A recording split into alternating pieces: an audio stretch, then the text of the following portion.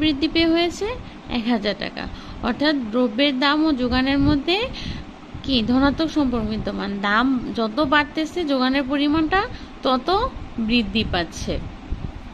দাম যখন 5 টাকা যোগানের পরিমাণ 400 একক, দাম যখন 6 টাকা যোগানের পরিমাণ 600 একক, 400 600 200 একক বৃদ্ধি পেয়েছে। আবার দাম যখন 60 টাকা যোগানের পরিমাণ হচ্ছে 800 একক, এখানেও 200 একক বৃদ্ধি পেয়েছে। আবার দাম যখন 8 টাকা যোগানের পরিমাণ হচ্ছে 1000 একক।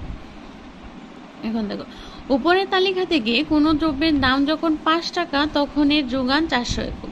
উপরের তালিকায় দেখা যায় কি কোনো দ্রব্যের দাম যখন 5 টাকা তখন এর যোগানের পরিমাণটা হয় 400 একক। কোনো দ্রব্যের দাম যখন 5 টাকা তাহলে দ্রব্যের দাম বা যোগানের পরিমাণটা হয় 400 একক।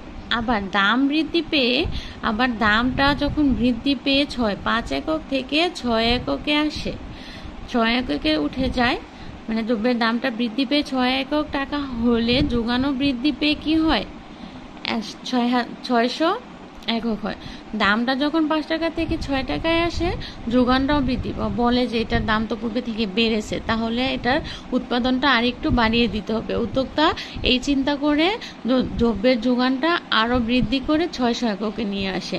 আবার দ্রব্যের দাম যখন 60 টাকা আরও দাম বেড়েছে তখন দ্রব্যের যোগানের পরিমাণ উদ্যোক্তা আরও বেশি করে বৃদ্ধি করে 800 এককে নিয়ে আসছে। আবার দ্রব্যের দাম যখন 8 টাকা দ্রব্যের দাম বৃদ্ধি পেয়ে 60 টাকা হলে যোগান 400 একক এবং দাম 8 টাকা হলে যোগানের পরিমাণ 1000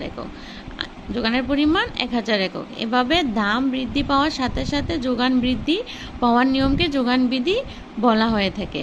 এভাবে কি বলছে, দ্রব্যের দাম বৃদ্ধির সাথে সাথে যোগান বৃদ্ধি পাওয়ার নিয়মকে যোগান বিধি বলা হয়। অর্থাৎ যে বিধিতে দ্রব্যের দাম ও যোগানের মধ্যে সমমুখী সম্পর্ক বা ক্রিয়াগত সম্পর্কটা প্রকাশ পায় তাকে যোগান বিধি বলা হয়।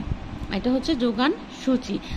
একদিকে বাম দিকে হচ্ছে দ্রব্যের দাম যোগান আর ডান দিকে হচ্ছে দ্রব্যের দাম। দাম যখন 5 টাকা তখন 400 একক হয়, 6 টাকা 7 টাকা 8 টাকায় হলে 600 একক 800 একক 1000 একক হয়ে থাকে। এ হচ্ছে আমাদের যোগান বিধি সম্পর্কে ধারণা।